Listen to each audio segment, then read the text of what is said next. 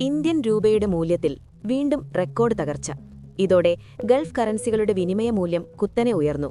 UAE ദിർഹത്തിന്റെ മൂല്യം 24 രൂപ 67 പൈസയായി. ആദ്യമായാണ് ദിർഹത്തിന്റെ മൂല്യം 24 രൂപ 60 പൈസ പിന്നിടുന്നത്. ചരിത്രത്തിലെ ഏറ്റവും വലിയ മൂല്യതകർച്ചയാണ് ഇന്ത്യൻ രൂപ നേരിടുന്നത്. ഡോളറുമായുള്ള വിനിമയ നിരക്ക് ഈ മാസം 3-ന് 90 രൂപ കടന്നെങ്കിലും പിന്നീട് നില മെച്ചപ്പെടുത്തി. ഈ മാസം 10 വരെ 90 രൂപയ്ക്ക് താഴെ പിടിച്ചുനിന്ന രൂപ പിന്നീട് കൂപ്പുകുത്തി. ഇന്ന് ഡോളറിന് 90 രൂപ 61 പൈസയായി മൂല്യം. ഇതനുസരിച്ച് എല്ലാ ഗൾഫ് കറൻസികളുടെയും വിനിമയ മൂല്യം കുത്തനെ ഉയർന്നു.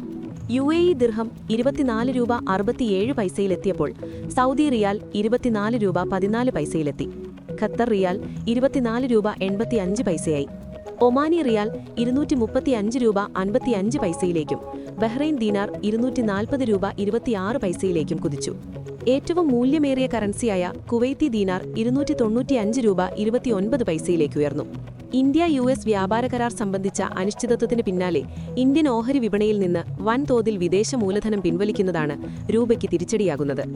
റിസർവ് ബാങ്കിന്റെയും സർക്കാരിന്റെയും അടിയന്തര ഇടപെടൽ ഉണ്ടാകുന്നില്ലെങ്കിൽ രൂപയുടെ മൂല്യം അടുത്ത ദിവസം ഇനിയും ഇടിയുമെന്നാണ് വിലയിരുത്തൽ.